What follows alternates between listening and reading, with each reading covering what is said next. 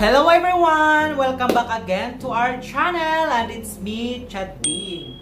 So ayun na nga guys, kung matatandaan nyo, nung last na in-upload natin na video, yung rebonding na ginamitan natin ng lightness, which is may kasamang color yon. So in this video, I will show you yung kung paano natin in-achieve yung color doon sa client natin na in-upload natin nung nakaraan. So bali guys, ito po yung kanyang color shades yung natapos na. So papakita ko sa inyo paano natin na-achieve yung color na iyan. So before that guys, kung bago ka lang sa aking channel, don't forget to subscribe and hit the notification bell para sa susunod natin mga video ay ma-update ko kayo. So ayun na nga guys, bago din ang lahat, bago tayo mag-jump sa video ito, ay papakita ko muna sa inyo ang mga ginamit natin doon sa kulay na ginawa natin. So, ipapakita ko sa inyo ngayon ang mga product na ginamit natin doon sa pagkukulay, guys. So, I have here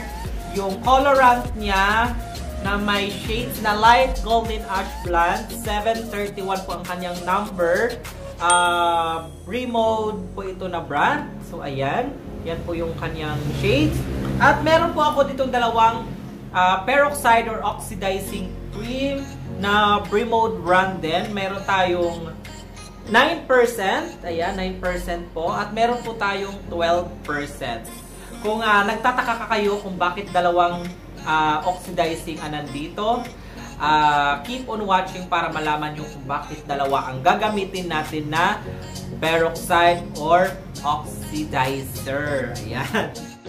Disclaimer nga pala, this video is not sponsored by any company or names na nabanggit ko dito sa ating channel. At disclaimer also kung makikita nyo ang aking pagkukulay ay iba sa pagkukulay nyo or yung way ng pagkukulay nyo, this is the way I do coloring. And kung may other way kayo ng pagkukulay, I respect it a lot. And kung excited na kayo kung paano tayo magkulay, just keep on watching.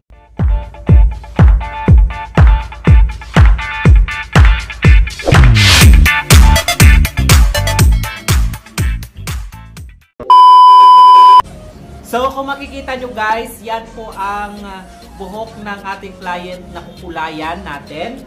So meron po siyang 9 months na regrowth part. So ang gagawin natin ngayon is magmimix tayo ng colorant at saka 12% na oxidizer. So bali ang gagamitin natin yung 12%.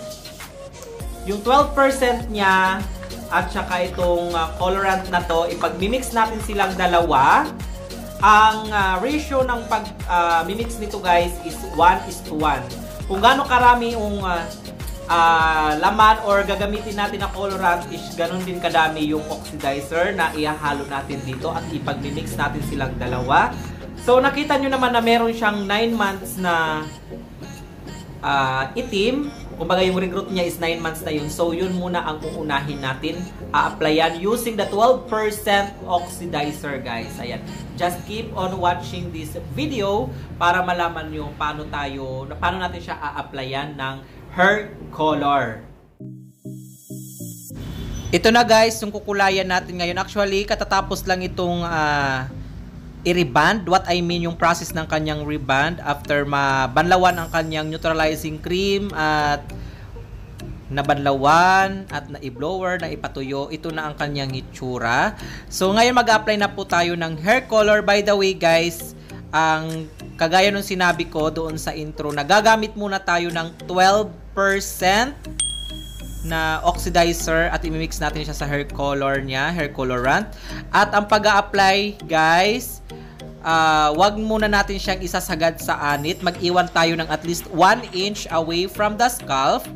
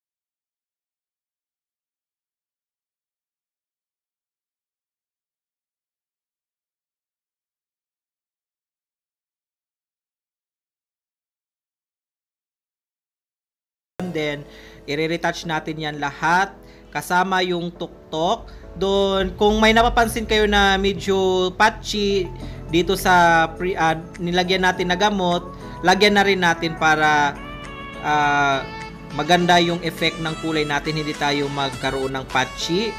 I-massage natin lagi. Then ganun lang guys, after niyang makulayan, pag kumapit na yung kulay dyan sa ikinulay natin, magro-routings tayo, then reapply.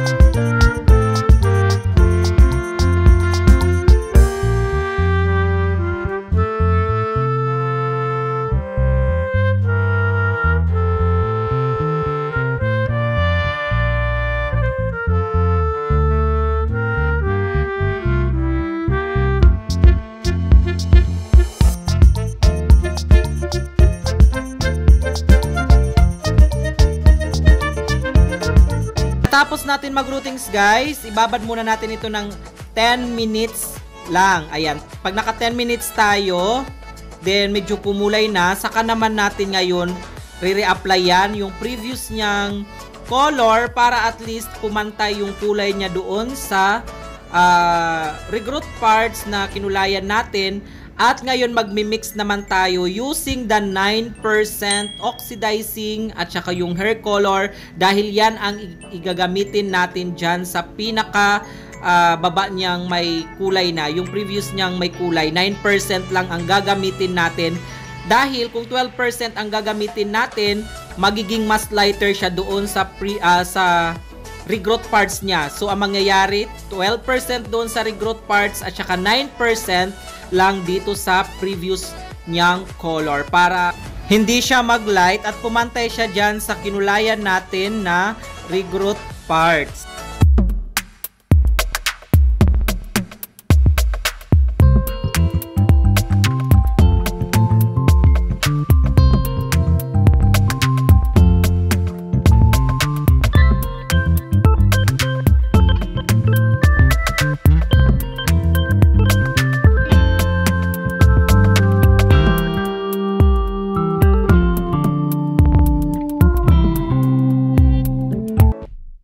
So, ayan guys, after natin ma-applyan ang previous niyang may kulay, ibabad lang po ito natin ng 10 minutes. So, ang mangyayari ngayon, yung routings niya magiging 20 minutes, tapos yung previous niyang color 10 minutes, doon sa regrowth niya ay another 20 minutes, so magiging 40 minutes siya lahat. Pag nakulayan na po natin siya lahat-lahat at kumulay na talaga, banlawan natin at shampoohin natin para ma-wash out yung kanyang mga chemical gamit ang pangkulay. Tapos, applyan naman po natin siya ng pang-treatment. Ang gamit ko lagi na pang-treatment guys, yung Sakura Keratin Brazilian Deep Conditioning Treatment. Magandang-maganda po ang treatment nito dahil napakalambot sa buhok, makintab at mabango siya. Sa pag-apply naman po ng treatment, i-massage po natin yung buhok para ma-deep condition talaga ang buhok ng ating client, lalong-lalong na yung mga nire-reband po natin. At i-section by section din natin para malagyan po lahat ang parts ng buhok. Okay lang po guys na mag-apply ng treatment kahit basa, okay lang po yan. It doesn't matter. Ang pinaka-importante ay ma-treatment natin ang buhok ng ating clients. Then, after natin siya ma-applyan ng treatment, ibabad po ito natin ng at least 20 to 30 minutes. Parang mababad talaga siya ng husto at lumambot ang buhok ng ating client.